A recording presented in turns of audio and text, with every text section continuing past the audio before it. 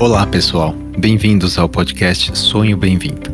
Sou Renato Tomioka, ginecologista especialista em medicina reprodutiva. E este podcast é produzido pela Arte Academy com o apoio da clínica Vida Bem-vinda. E tem o foco de trazer para você o que há de melhor e mais atualizado na ciência da reprodução humana com a nossa experiência clínica do dia a dia. Acreditamos muito na força da boa informação e o nosso objetivo é ajudar quem precisa a atingir o sonho de ter um filho através de conteúdos de alta qualidade reunidos por quem trabalha com infertilidade. Para mais detalhes, entre no site arte-academy.com.br/podcast. E agora, segue o nosso episódio de hoje. Bem-vindos a mais um episódio do Sonho Bem-vindo, e esse é um Scientific Update, uma atualização científica de uma reunião apresentada pela doutora Natália Regi, que é Fellow aqui da Vida Bem-vinda, numa reunião clínica do Arte Academy, em que nós falamos sobre mosaicismo. Mas afinal, o que é o mosaicismo? A gente apresentou um artigo muito interessante que fez transferências de embriões com mosaicismo, detectado através do teste genético, o teste cromossômico pré-implantacional, que muitos pacientes hoje fazem. Qual é a prevalência e a importância desse tema? E o que nós concluímos desse artigo e até desse último congresso europeu que foi apresentado em julho desse ano, de 2021, e algumas perspectivas aí para o futuro. Então espero que vocês gostem de mais um episódio aqui, dessa vez com a doutora Natália Regi. Nath, muito bem-vinda. Obrigada. Vamos lá, então. Então, eu queria que você explicasse sobre o artigo que nós discutimos em reunião científica aqui do Arte Academy. E vamos discorrendo aqui, que é um tema muito importante hoje para os pacientes que fazem teste genético embrionário, né? Sim, foi um artigo que avaliou justamente a questão da transferência de embriões mosaicos, que é o que a gente identifica e que a gente se vê bastante nos testes de PGTA, que a gente se depara, e as suas repercussões clínicas, né? Se eles podem impactar ou não na taxa de implantação, na taxa de gestação evolutiva e até mesmo de nascidos vivos. Perfeito. Então, o artigo, só para os colegas que eventualmente quiserem ver a referência, é um artigo da Fertility Sterility, que chama Using Outcome Data from 1,000 Mosaic Embryo Transfers to Formulate an Embryo Ranking System for Clinical Use. Então, é do Manuel Viotti, uma clínica da Califórnia, é um multicêntrico em conjunto com o Santiago Monet, que publica bastante, faz décadas, em relação a teste genético embrionário. E aí, Nath, então, acho que o impacto do estudo é um estudo muito grande e que mostrou aí o desfecho clínico das pacientes que tiveram transferência de embrião mosaico, que hoje ainda é a exceção, né, na nossa prática clínica, mas vale, acho que comentar aí primeiro, acho que introduzir o que é o embrião mosaico. O que é o mosaicismo? Acho que para entender primeiro, para quem está escutando, euploide é o termo que a gente usa para o embrião saudável, que tem as suas características, o número de cromossomos iguais em todas as células. Aneuploide seria os embriões que têm em todas as suas células alterações cromossômicas, e o embrião mosaico, ele é aquele embrião que tem duas ou mais células com alterações cromossômicas, e essas alterações elas podem ocorrer às vezes simultaneamente ou não, né? Então, é essa classificação que a gente tem em termos de embrião. Perfeito. Então, para entender o mosaicismo, é importante entender como é que é feita a biópsia. Então, lembrando que o teste genético, o teste cromossômico, que é o que a gente mais utiliza, para avaliar se os 23 pares de cromossomos estão lá, a gente faz uma biópsia, que é invasiva, um procedimento invasivo, feito por um embriologista, uma embriologista treinada no laboratório de reprodução humana, e que retira algumas células da camada externa do embrião, que se chama trofectoderme, que são células que darão origem à placenta, e o embrião tem uma segunda parte, que é a massa celular interna, que é o que vai dar origem realmente ao feto. E uma terceira parte, que é a blastocele, que é a cavidade do blastocisto. Então, no momento que a gente fala que existem células que podem ter alteração e outras não, é justamente porque nós fazemos uma biópsia com mais de uma célula, e a análise genética ela pode mostrar alterações em uma, em outra, ou em todas, ou em nenhuma, ou em uma porcentagem, que é o que a gente utiliza. Então, o termo mosaicismo, ele vem muito com essa conotação de que existem nuances de alterações e de normalidade ali naquele número de células avaliadas. não é um teste binário, né, Nath? Eu queria que você comentasse isso. O PGTA, que é esse teste que você descreveu, ele foi estruturalmente, inicialmente, desenvolvido para falar se o embrião é normal, ou seja, euploide, ou se ele é anormal, ou seja, aneuploide. Mas, com a prática, a gente foi vendo que existe um grande conjunto de embriões que foram classificados nesse meio termo, né? E aí ele já não é um sistema binário de classificação, né? A gente já encontra muitos embriões que são esses embriões que a gente classifica como mosaicos, que não são nem classificados como normais e nem classificados como anormais. E aí é essa questão e o levantamento que se tem com relação a esse dado do laboratório, quando a gente pega esses laudos, né? O que fazer e qual que é o impacto que esses embriões podem causar, ou se eles podem não causar em termos de gestação, né? E aí fica a dúvida de transferir ou não transferir esses embriões. Na prática é isso, né? O casal, claro, que tem um embrião que é mosaico, fica a grande pergunta. Posso ou não posso transferir? Qual é o risco? Será que é um risco baixo, alto, moderado? E a ideia desse artigo é justamente tentar responder essa pergunta, que cada vez é mais impactante, porque mais e mais casais fazem o PGTA, e essa plataforma, o NGS, ele tem uma capacidade resolutiva muito boa. Então, a gente detecta essas alterações com mais frequência e a prevalência nesse estudo foi muito variada, né, Nath? Dependendo do centro. Qual foi a taxa de mosaicismo? Nesse trabalho foram incluídos 5 centros de reprodução espalhados pelo mundo, e o que observou é que a taxa de mosaicismo nesses centros variou de 11% a 25%, né? Então, assim, dependendo do centro que foi analisado e teve esse resultado, a taxa pode ser menor ou até maior, podendo chegar até esse máximo aí identificado de 25%. Eu queria que você comentasse, Nath, sobre a diferença entre os mosaicos. Então, lembrando que nós temos lá os 22 pares de cromossomos autossômicos, vai do 1 até o 22, e tem o par de cromossomo sexual, que é o XX ou XY, né? Então, a gente pode ter alteração em qualquer um desses cromossomos e mosaicismo também deles, né? Então, o mosaico ele também é um grupo bem heterogêneo de alterações e que, dependendo do tipo de alteração, você tem uma flexibilidade maior de transferir ou não, seja dependendo do cromossomo afetado ou da porcentagem que está ali relacionada, né?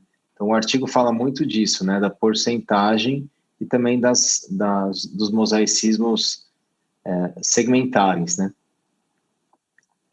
Ele caracteriza o mosaico com relação ao nível e ao tipo de mosaico encontrado, né? O nível, ele se referindo quanto à porcentagem de células aneuploides encontradas na amostra. E nesse trabalho, ele estabeleceu um cutoff de mais ou menos 50% para poder ter ou não resultados satisfatórios quando se faz a comparação com relação a essa característica. E com relação ao tipo de mosaico encontrado, o que você falou, né, em relação à anormalidade cromossômica. Essa anormalidade, ela pode estar presente em um cromossomo inteiro, ou ela pode estar presente num segmento do cromossomo, ou até em 2 cromossomos, e quando passa de 2 cromossomos, até ele coloca como sendo um mosaico complexo. E a depender dessas classificações, né, quanto maior a gravidade dessas classificações, piores os impactos nos termos em relação a termos clínicos de implantação e gestação. Comenta para a gente, Nath, qual foi a taxa de implantação e o que é a taxa de implantação do casal, a taxa de gestação clínica, né, ongoing, que seria a taxa de gestação evolutiva, e a taxa de abortamento de acordo com o grupo. Em relação à taxa de implantação é quando já foi, nesse trabalho ele caracterizou como sendo e definiu a visualização do saco gestacional no ultrassom. E o que foi visto foi que embriões mosaicos, eles têm uma taxa de implantação de mais ou menos 46% quando comparado com os embriões euploides.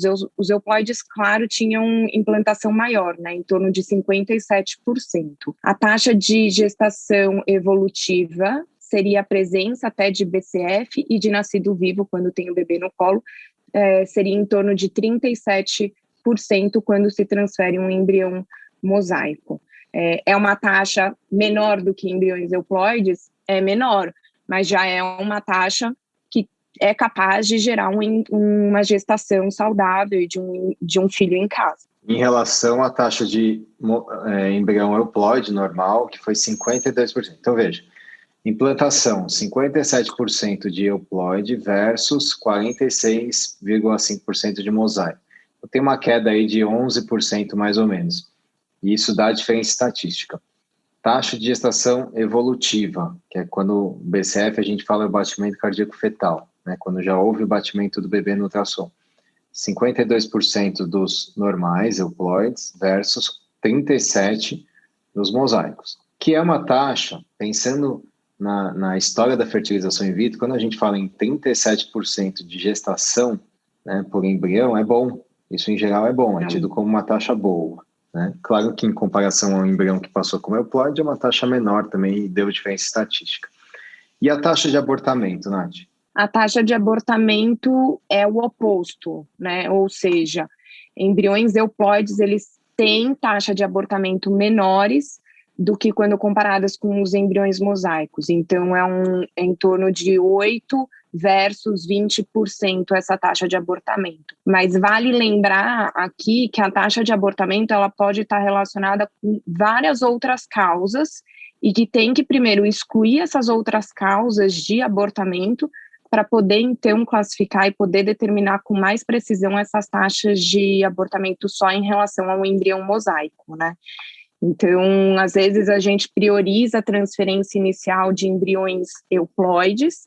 Essa paciente, ela não teve sucesso com a transferência de euploide, ela transferiu um embrião mosaico e aí não teve sucesso com o embrião mosaico. Não quer dizer que a causa foi o embrião mosaico, não, porque ela já teve gestações anteriores que não deram certo com o embrião euploide. Então, primeiro precisa excluir essas causas de taxa de abortamento para classificar só como embrião euploide.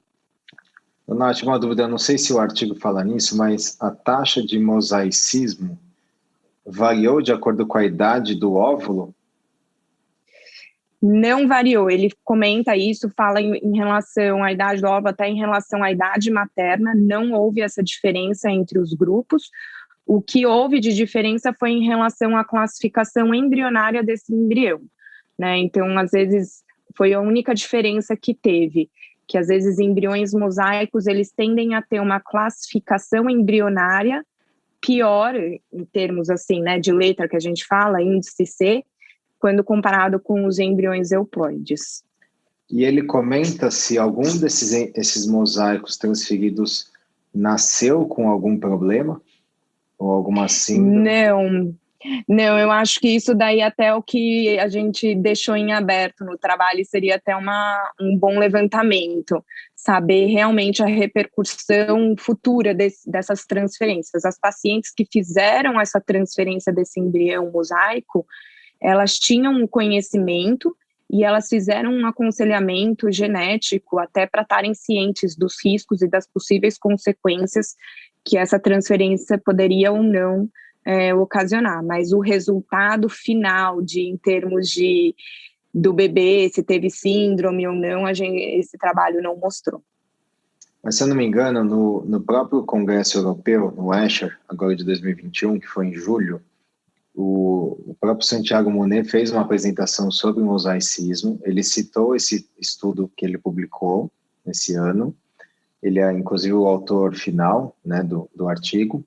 E ele falou que acho que foram desses 1.000 embriões mosaicos transferidos, os que todos nasceram saudáveis, apenas um bebê nasceu com mosaicismo, acho que fizeram algum cariótipo lá, mas fenotipicamente ele estava normal, ou seja, era um bebê que você olha e não tem nenhuma doença, ele é saudável, mas ele tem sim um mosaicismo ali. Todos os outros parece que foram bebês normais. Então isso ele comentou, né, ali na aula, até uma aula que o Lucas também comentou para nós, né, na reunião científica. Depois a gente pode assistir, mas parece sim que é muito seguro a transferência, claro, dos embriões que tem menos do que 50% de mosaicismo. Acho que essa é talvez a mensagem final, né, Nath, do estudo. Quando você exatamente. muda esse cutoff, que hoje é algo em torno de 20% a 30%, ou seja, entre 20% e 30% até 70%, 80% seriam mosaicos. Se você subir esse cutoff até 49%, 50%, você ainda tem segurança de que aquele embrião pode sim ter uma chance boa de implantar, de evoluir e de nascer saudável. Sim, tem um risco maior de abortamento do que um embrião euploide, mas, por outro lado, você deixaria de descartar embriões, né, que passariam ali por um laudo como um mosaico, às vezes de alto grau, enfim, né? Então, talvez seja um momento para a gente questionar essa classificação, até o que o Oscar falou na reunião, né, de ser uma classificação não binária, sim ou não, né, transfere ou não transfere, mas uma classificação de, olha, um ranking, este aqui está como o primeiro do ranking para ser transferido, porque provavelmente ele é euploide. Esse é o ranking 2, porque provavelmente ele é também euploide, e por aí vai. Né? Isso a gente faz de rotina, fazendo a classificação morfológica no laboratório, com as letrinhas e com os números. E talvez com a genética devesse funcionar dessa forma. Quem sabe num futuro breve aí. Sim, quer comentar exatamente. Mais alguma coisa, Nath? Não, acho que é isso que você falou mesmo, a questão da classificação que eu acho que é o mais determinante, né? E a gente identificar essa classificação e deixar de classificar como binário, normal ou anormal, e saber que no meio desse normal, anormal, a gente tem muitos embriões viáveis mesmo, mas que tem alguma alteração, mas que essa alteração não tem tipo de repercussão clínica, né? Que até você comentou que o autor até no congresso falou que essas gestações foram saudáveis e geraram filhos, bebês saudáveis, né? Então, para a gente desmistificar essa questão aí do mosaicismo, de transferir ou não o mosaicismo e ficar um pouquinho mais à vontade em relação a isso e abordar isso com os pacientes, né? Maravilha. Nath, obrigado aí pelo seu tempo e até a próxima. Obrigada gente. Obrigado por estar conosco nesse episódio do Sonho Bem-vindo. Se você estiver interessado em saber mais sobre o que conversamos nesse episódio, entre no site arte-academy.com.br/podcast. Você pode nos encontrar no Instagram, @arte.academy e @vida bem-vinda. Se você gostou desse podcast, ficaremos muito felizes de ouvir sua opinião nos comentários da Apple Podcast ou qualquer plataforma que esteja usando. Esse podcast tem caráter meramente informativo e educacional. Não deve ser utilizado para realizar autodiagnóstico ou automedicação. O conteúdo não é feito para substituir a consulta com um profissional de saúde. Em caso de dúvidas, consulte o seu médico. Somente ele está habilitado a praticar o ato médico, conforme recomendação do Conselho Federal de Medicina. Nenhuma relação médico-paciente é estabelecida aqui nesse canal. E somos muito transparentes em relação aos conflitos de interesse, e levamos isso a sério. Para saber mais, entre no site arte-academy.com.br/sobre.